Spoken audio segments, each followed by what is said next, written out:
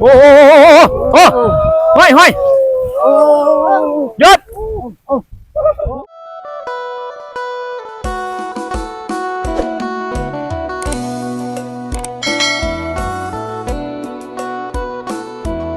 เยี่ยมพร้อมกับมืดดิมือตื้อพอดีสบายดีพี่น้องกับทักทายสบายดีพ่อแม่พี่น้องเบิดสุขทุกคนเนาะช่วงนี้ก็ฝนตกพี่น้องเอ้ยอยู่ลาวใต้เฮาคนบางคนก็ฮ้อนว่าซั่นก็ได้บ่ใส่คนหอนพูดบ่เข้าห่มอีกบ่ยอมเข้าห่มอีกคุณยอมเข้าห้องเป็นอะไรเนาะ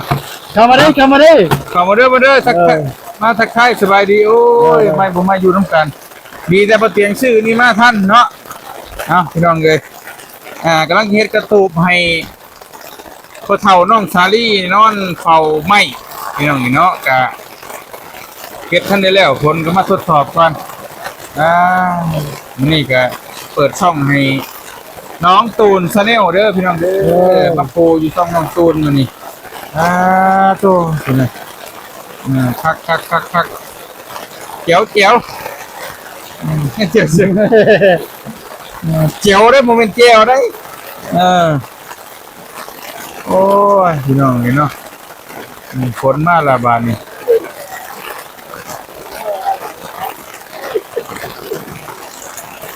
โอ้ยพี่น้องฝนตกพี่น้องจะทำใจอกหักเมื่อไหร่ก็เข้ามาเอาเจ็บประเดี๋ยวทุกคนเด้อมาคลิปนี้ก็ให้บ่าวเตียงทองเปิดคลิปพี่น้องเอ้ยตามบ่าวตูนเปิดรายเทื่อแล้วให้ตามบ่าวเตียงทองเปิดคลิปเพื่อม่านเพื่อฟังเพิ่นแน่พี่น้องเอ้ยเพื่อมาเพราะว่าเฮาเป็นลูกศิษย์เพิ่นเฮาก็ต้องอยากได้คือเพิ่นพี่น้องเอ้ยก็บ่ว่ากันลูกศิษย์เล็กนี่ลูกศิษย์เล็กผู้ติดตาม 6,000 ให้มันสิ้นเดือนนี่ฮอดหมื่นเด้อจะได้รายต่อจุดเด้อให้ฮอดหมื่นเอาครับคนเศร้าก่อนพี่น้องจึงจะสืบต่อการฮิตกระต๊อบพี่น้องเอ้ยโดยท่านในยุทธก็ให้ออกเลยพี่น้องเอ้ยคนเศร้าแล้วพี่น้องคนเศร้าแล้วอะไรป่ะเริ่มต่อพี่น้องเอ้ย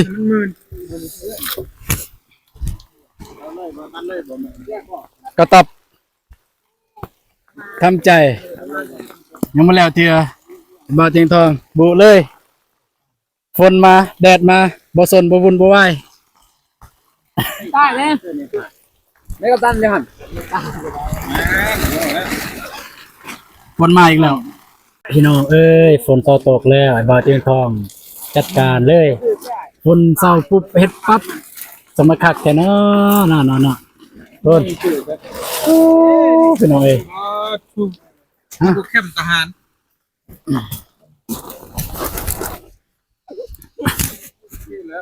หาเชือกมาโอ้พี่น้องเอ้ยกระต๊อบไปพอเท่าบาโก้เนาะบาโก้เนาะจ้าว้ายเลยลูกเคยเอ้ย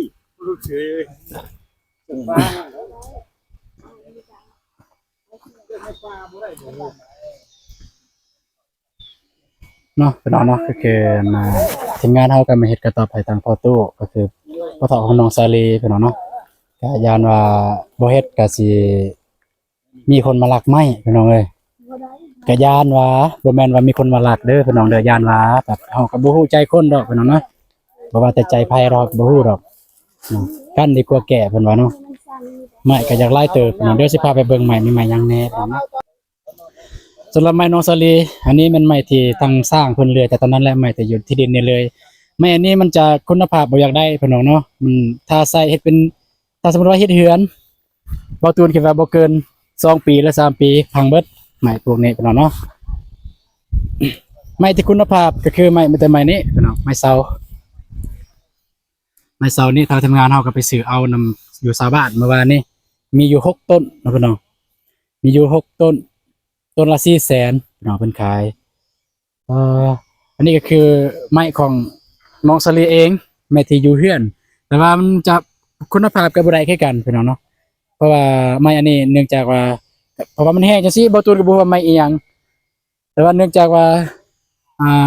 เมื่อวานนี้ เฮาได้โจ้มันเบาพี่น้องเนาะรู้สึกว่ามันเบาแล้วซีเมนต์ว่าไม่บ่แข็งแรงอันนี้ไม้ตีนเสาเมื่อวานนี้ที่ทีมงานเฮาได้ไปซื้ออยู่นะเมืองเนาะพี่น้องเนาะมีอยู่12ต้นต้นละ50,000กีบรวมอยู่600,000พอดีทางนายสร้างหั่นเพิ่นหั่นเป็น FC ตัวยงของไอ้เบาเตียงทองเพิ่นก็เลยลดให้500,000กีบพี่น้องเพิ่นก็ว่าซอยกันซอยเรือเพราะว่าเพิ่นก็ฮู้ว่าทำทีมงานเฮาก็ซอยเรือเพิ่นก็ซอยเรือเฮาคือกันเนาะเพิ่นก็มีจิตใจที่ดีงดงามปานน้อยเนาะสำหรับบ้านน้องสาลีนี่ก็ประมาณอยู่นะเพราะว่าตามิดว่าสิเฮ็ดแต่คือบ้านน้องเดิมแต่ว่ามันบ่ได้เพราะว่าจำนวนคนปริมาณคนมันแตกต่างกันปานน้อยเนาะบ้านน้องสาลีมีอยู่9คนพุ่นได้พี่น้องเอ้ยเนาะ9คนบ่ได้พี่น้องมีพ่อเฒ่า2เฒ่าหั่นแล้วก็มีแม่มีน้องสาลีแล้วก็น้องๆอีกเนาะมีอยู่9คนโอ้สบายดีโดยคุณทีมงานเฮาก็กำลังเฮ็ดกำลังในอยู่กันเนาะเนาะสำหรับช่วงนี้ทางทีมงานเฮาบ่ว่าเบาเจ็บเบาโก้เบาอนงแล้วก็เบาตูนเองเฮาก็บ่ได้สู่ลงคลิปหลายปานใดพี่น้องเนาะเพราะว่าเฮาก็พายบางเตียงทองเพิ่นไปหาเคสหรือไปหาไปก็แล้วแต่ก็ให้เพิ่นเต็มที่นะพี่น้องเนาะก็บ่แม่นว่ามีอคติอีหยังบ่มีอันนี้คือมันธรรมชาติอยู่แล้วพี่น้องเพิ่นมาหาเฮาก็ต้องเฮ็ดเพื่อเพิ่นนั่นเนาะพี่น้องก็บ่ว่ากันสำหรับเบาตูนเองก็ได้ลงมือละคลิปโอเคแล้วพี่น้องเนาะคือเผื่อว่ายันมันสิห่างสิหาย FC สิว่าบ่มีคลิปลงสิเนาะไปเดี๋ยวไปสืบต่อเบิ่งการเฮ็ดกระต๊อบของทีมงานเฮาเลยป๊าดพี่น้องเนาะฝนตกมาแป๊บเดียวถล่มกระต๊อบเฮาเลย ลงแน่นอนมานี่ลงแน่นอน สวัสดีเด้อผู้พันสวัสดีเด้อผู้พันเด้อโดย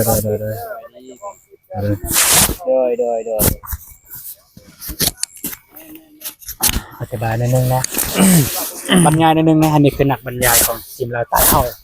ให้เพิ่นบรรยายสิบ่ถามหยังเลยให้เพิ่นบรรยายเองเลยเอาเริ่ม เป็นยังไงเนาะจักสิเว้าเลยบาดนี้คนมาแบบกระทันหันเป็นยังไงเนาะแบบกำลังเฮ็ดกระท่อมนี่ทางพ่อเฒ่าอันนี้พี่น้องก็บาดเดียวโลดฮึบมาเลยเนาะบ่นุ่งก็แข็งพุ่นเลยเปียกหมดพี่น้องเอ้ยเนาะเพราะว่ากำลังเฮ็ดนี่แหละโดยพี่น้องเอ้ยเนาะบ่ได้ใจห่างพี่น้องไปตัดไม้ตัดนั่นบ่โอ้ตัดนั่นบ่เอาเสือกหรือบ่ได้แล้วบ่เสือกบ่ ประตูนก็บ่ได้จับไม้พี่น้อง โอ้ เบิ่งทางไอ้บ่าวนุ่ง เพิ่มมาแล้วเสือกเด้ โอ้ เสือก สวัสดีพ่อเฒ่าโก้ สบายดี โอ้ป้า ทางด้วยจ้า ไม่เอาเสือกติมึงมีบ่ผ่าบ่ ไม่ขับอยู่ เปียกเบิดเลยไอ้บ่าวนุ่งก็เปียกเบิดเลยพี่น้อง ว่า เนาะสู่ซนจำคำพี่น้องทีมงานเฮา พอบ่เป็นมัดจังซั่นมัดเก่งเลย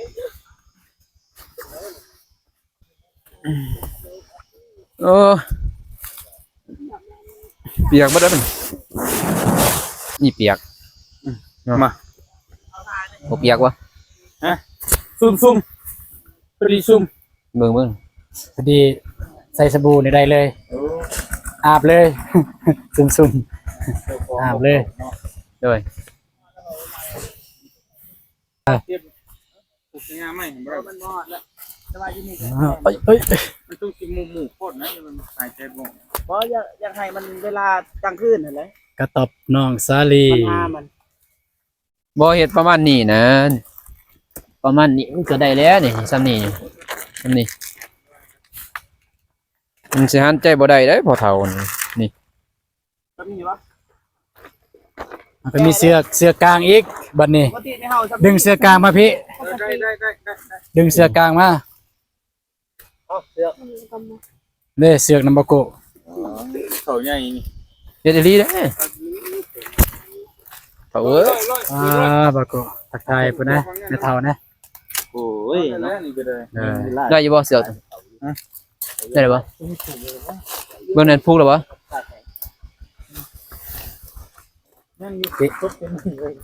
ยังอยู่บ่ เดี๋ยวพี่มัน ได้แล้ว คือตอนนั้นผูกอยู่ตัวไม้ต่อปูผูกอยู่ตัวไม้ คักสุดบัดนี้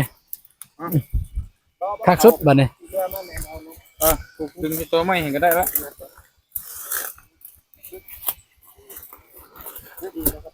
โอ้ พระเจ้าจอดพระเจ้าจอดบ่มีนั่นเนาะบ่มีฝาเว้ย ไหนเลยได้ ไส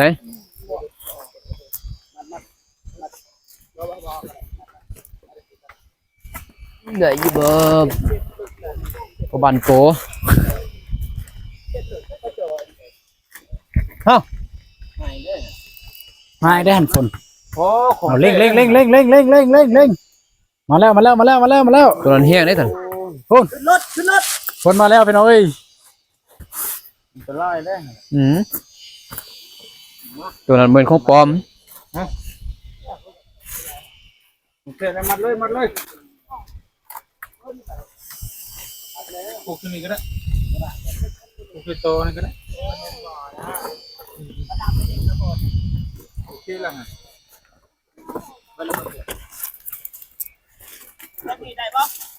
ได้พอสำเร็จคนหนึ่งก็ได้โอเคแล้วฮะ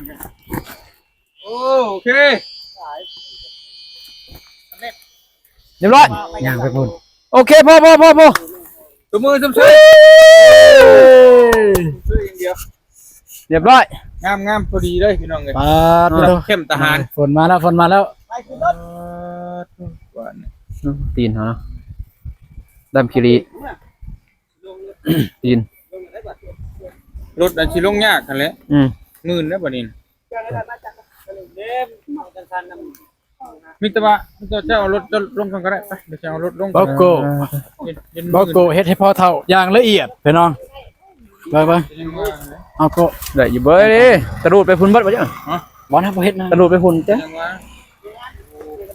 มื่นเท่าไหร่ บอกโกเต็มที่ โอ้ เฮ็ดกระตบให้พอเท่า ได้ตรงมาบ่จะขึ้นมากที่นี่ว่ะ โอ้พี่น้องเอ้ยเนาะ ไปลงเลยแย่คนนี้แห้งคักเด้ วงแตกแล้วพี่น้องเอ้ยวงแตกแล้วฝนมาแล้ววงแตกแล้วพี่น้องเอ้ยวงแตกแล้ว ไปบัดนี้เดี๋ยวห้อย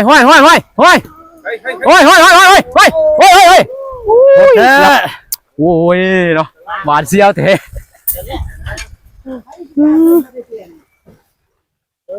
ไปจะขี่แล้ว ขี่อยู่ ไป